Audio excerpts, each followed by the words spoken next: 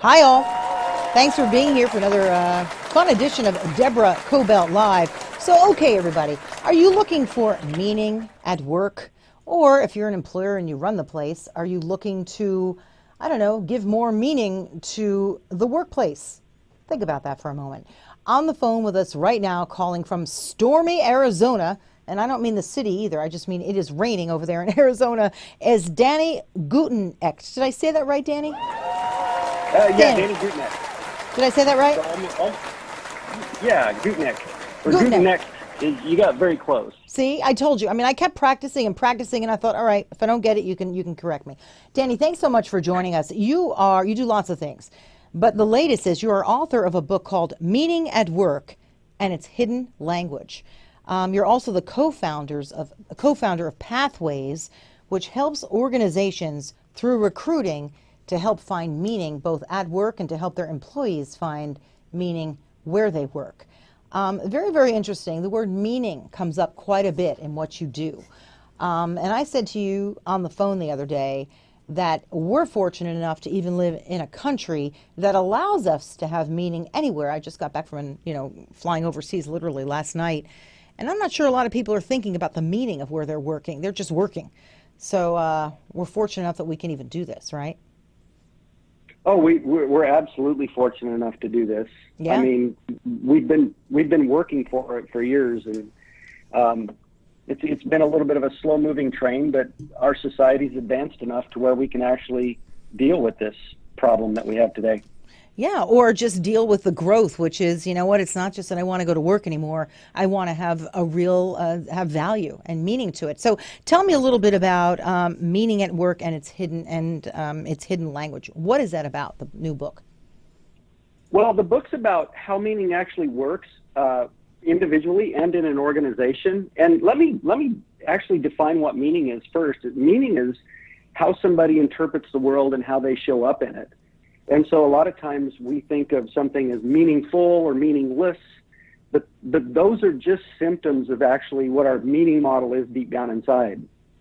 And so the book was this journey in a partnership with a good friend of mine, somebody that turned into a good friend, to actually understand how does meaning work for human beings? How is it that we make sense of the world, and how do we show up in it, and what motivates us, and what really can help us live more fuller lives. I love that you think this way. I think that way all the time, but a lot of people don't. They just show up at work, they want their paycheck, or they run the place and they're like, what are you talking about meeting? I just want my guys to show up, do their job, and leave. I mean, but as you said, we're kind of an evolving society, right? It's become more important that we incorporate meaning into what we're doing, right? Well, that's right. What's interesting is meaning is becoming a bigger and bigger topic. Harvard Business Review and MIT and all of the major universities are starting to study it because it's been a big problem in business. Okay, and I think what we're figuring out. You say problem in business. Tell me what that means. Well, Gallup does an annual poll, and they've done an annual poll for 20 years. Right. And they've showed that 70% of the workforce is disengaged. In other words, they don't have a connection to the organization itself or the work itself. And it's a bell curve, but 20% of people are actually working against the company. That's interesting. What are they doing? They're going and stockpiling information and running home and trying to get another job? Is that what you mean? Yeah. Well, Gallup calls them cave dwellers. They're consistently against virtually everything. That's kind of funny. Wow. I've never really, I've always really enjoyed what I've done. And because of that, I've always enjoyed the places that I've worked and the people. They haven't always been the greatest, some of the stations I've worked at, but I've always enjoyed myself, and maybe it's because I found meaning in it. And, I never really thought about it that way, but if I were to think about it, maybe that's the case. You think? Well, that's part of it, but I think a large part of our problem is that we don't understand how meaning works itself. I mean, there's an actual architecture to meaning, and we oftentimes chalk it up to a black box. Or charisma, or just following your heart, or something like that, which is actually what I used to tell my daughter all the time. But a lot of us, if you think about it this way, how is meaning formed? Do you have kids, Deborah? I have 3 boys. So you know that you can put all three boys in the same environment, the same room, and they're going to resonate with something different, right? They're all very different, although they tend to be pretty optimistic people, which is great. So yeah, but they're very different, but they will tend to try and find a more positive outcome. Is that what you mean? Yeah, so if you think about that, if you think about that, you think even to the times when they were very young, we resonate with different things in our environment, and we start to interact with those things, and that's how we develop our skills and our propensity to follow something through. And then, school gives us a very narrow but opportunity to start exploring how those resonances, how those things that we like might channel us into society and Right. what's available in society to be able to pursue for yourself. So you work a lot with businesses. You go in and you assess what they're doing and how they can help their employees have more meaning in their work, and how they, in fact, can help that to happen. So what do you do? What are some of the companies that you work for, and how do you walk in and help them with this? How do you apply what you've written? I've worked. Yeah, it's a great question. There's a big company, one of the largest hospice companies in the country. Is called Crossroads Hospice, and Right. I've been helping them significantly. And I'll tell you, there's a couple of steps to helping an organization liberate its own meaning. And so you think a company like that, hey, we deal with end of life and hospice, that they would already have a lot of meaning baked into their model. And they do to a certain extent, but they don't. But by not understanding how it works, you get a lot of parental relationships. You get a lot of the type where you've got authoritarian leadership, and we're experiencing that nationwide right now. And this is one of the reasons that people are disengaging. And so we go in and we actually do something called essence mining, which is run a set of interviews, get into their meaning language, understand what the meaning language is from the people on the floor, and then we do a series of workshops behind that to help them kind of liberate themselves, the worker, to see how the company's got a different meaning than their own, how it's shared, and how to work with it going forward to benefit both the company and the worker. Boy, but I'm going to bet you, as the workers are working with you, they're probably scared to death that their employer is going to hear what they have to say that would give them more meaning. And I don't know, are they afraid sometimes to even speak up? No, actually, all of the interviews are private, and we don't share any of the details with anybody, but we take what we call mantras that come out of those meetings. And so they're common shared meaning. Some of that is positive, some of that's negative. We look at both sides. Oftentimes there's gold in your shadow, and we actually start to have that conversation with everybody. And so it's a very liberating thing. The hardest part of these is actually helping leadership get over the fact that they need to control meaning for people. Without a doubt. I mean, those that are in charge very often think that the way they're, managing things is just working just fine. So how do you talk to the people that are in the leadership positions? Well, the same way that we actually address everybody on the floor. So there's a good friend of mine. His name is Bijoy Goswami out of Austin, Texas, and he's a community builder, but he's got some phenomenal models. One of them is humanfugue.com, F-U-G-U-E, kind of like the music. And it shows where, and people can go look this up, but it actually shows the different domains that we have to deal with in life and in business. But can't you be a little... Can you be a little Yeah. specific? When you say different domains, I'm like, what is that? What do you mean? Can you be specific with me, please? Absolutely. So if you think about it this way, there's 4 domains, 3 of which have transitioned from authority-based systems to processes. One is phenomena, which is what we've used scientific method to understand how the world works.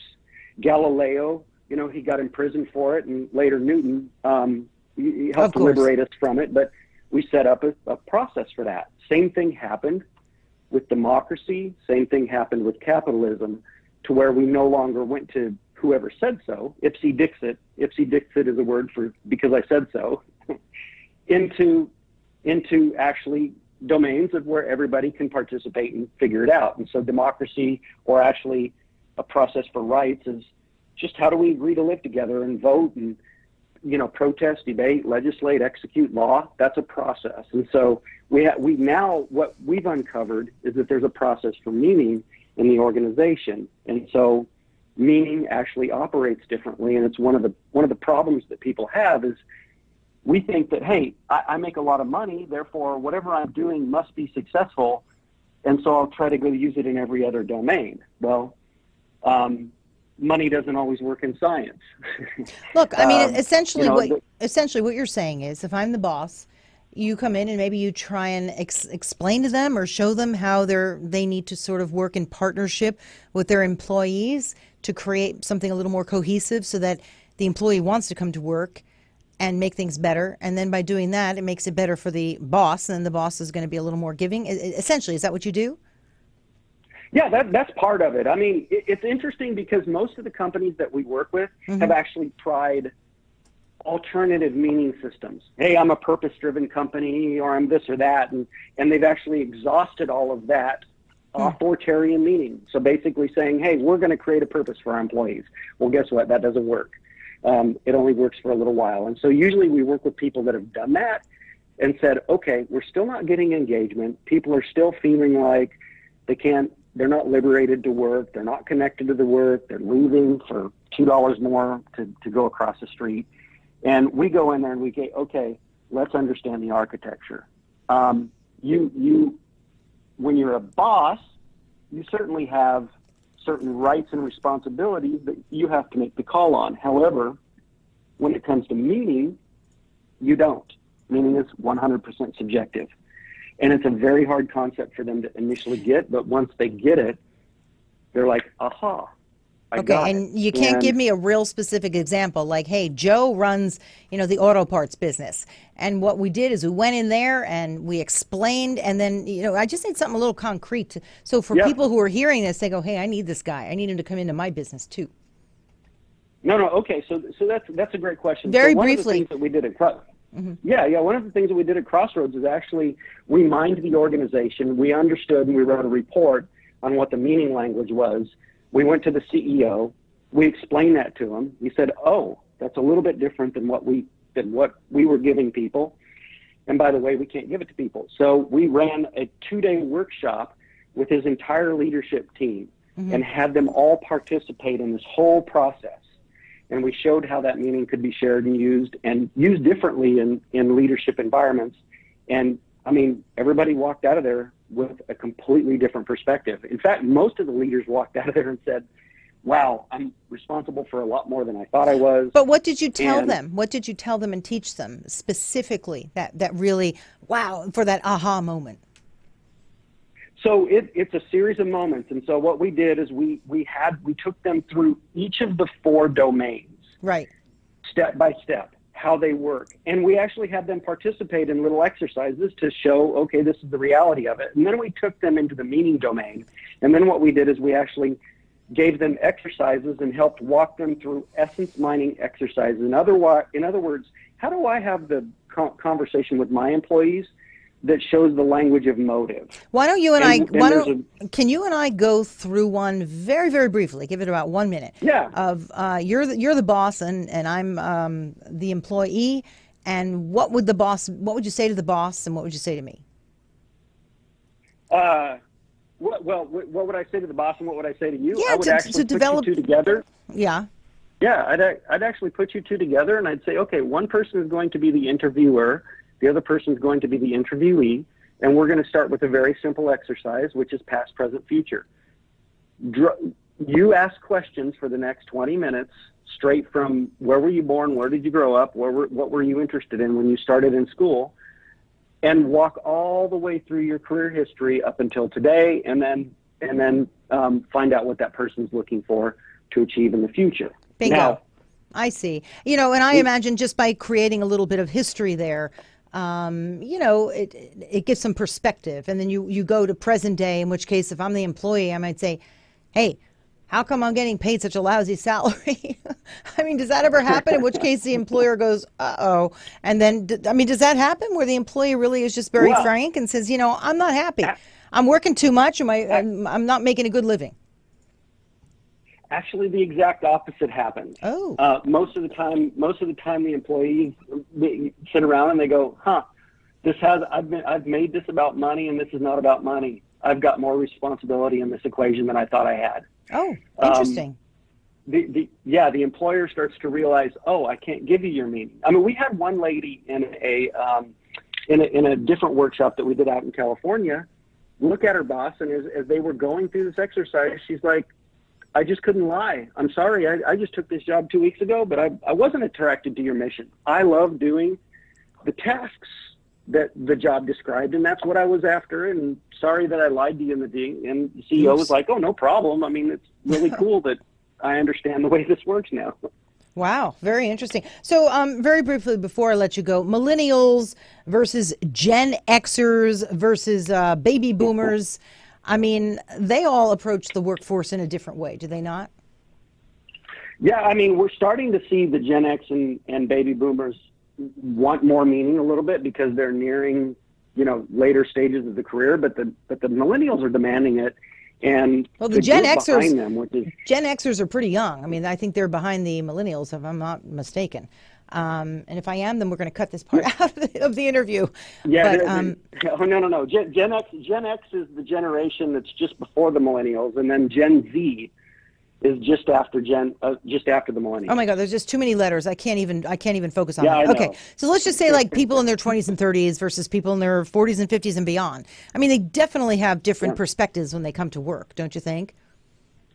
Absolutely, they absolutely do. And there's a worldview from the older folks of, hey, you work for money and you look for other places for your satisfaction. Yeah, I've always preferred working for people younger. I just think they always have fresher ideas, always, and they're more excited when they come to work. I've always been excited when I go to work, otherwise I wouldn't do it. That's just my personality, and I've always found some of the older guys, and it's usually guys because they were pretty much running the world at the time that I got into broadcasting, were just sort of did stuff the old way. So they sure could have used you, but. Wouldn't you think that the younger folks are just a little more, more applicable to what you're talking about? I don't think so much anymore. We keep running into, I had that, I initially, several years ago, I had that idea, but I don't think so anymore. I mean, folks that are further along in their career certainly want more meaningful. Now, they have a harder time understanding these concepts. You know what? That's true, too. You know what? That's true, too, because the more you're doing something, the more you think, and why exactly? So, point taken, actually. That's actually very good. So with Pathways, that's what you've been doing now for, over 10 years? Yeah. And you got into this from your own personal journey, correct? Yeah, absolutely. I was an entrepreneur, and I stumbled into recruiting, and I just had this extreme curiosity about how conversations shook down. In fact, when I was recruiting very talented physicians and actually people from the technology world that were on the SOAP team at Microsoft, where there were 6 people or 8 people on a particular team, and we had to go find 1 or 2, we had to actually get into the language of motive. I kept going, what are their motives? What are their motives? And we tried to uncover that. And so it was just a series of taking a whole bunch of things that I had learned up until that point by reading, Maslow and reading about dialogue and reading about interrogation and building a method to be able to get into those meaningful conversations with people so that we could understand them better and help them find the next platform so that they could continue to expand what they were looking to expand within themselves. Yeah, I mean, only an entrepreneur can think the way that you do, and to recognize that more is needed, and to write this book. In fact, I would tell anyone, a boss, an employee, to pick it up. Meaning at Work and its Hidden Language. It's actually got a lot of important stuff in there. I was able to read it. I got through it and enjoyed it. I really, really did. And I'm actually going to pass it around with a lot of the people that I work with, because I actually think the workplace can be a much easier place to be if people would just find their meaning. And I think, I don't know, you sort of walk us through that step by step. Now, how can folks get in touch with you if they want to work with you? Well, if you at essencemining.com or at Essence Mining is where you can find me online, but www.pathways.io is my company, Pathways. Mm-hmm. And that's the best way to work with us. Right. And you can work individually. You work with companies. You do a great deal of travel. Do you do Skype work as well? Do you work through Skype? Or do you like to be there in person? Well, I have to. It requires being in person with the team initially, and then you can do some follow-up work on Skype. Yeah, I really appreciate that you looking even deeper into the way people work together at work, because it does matter.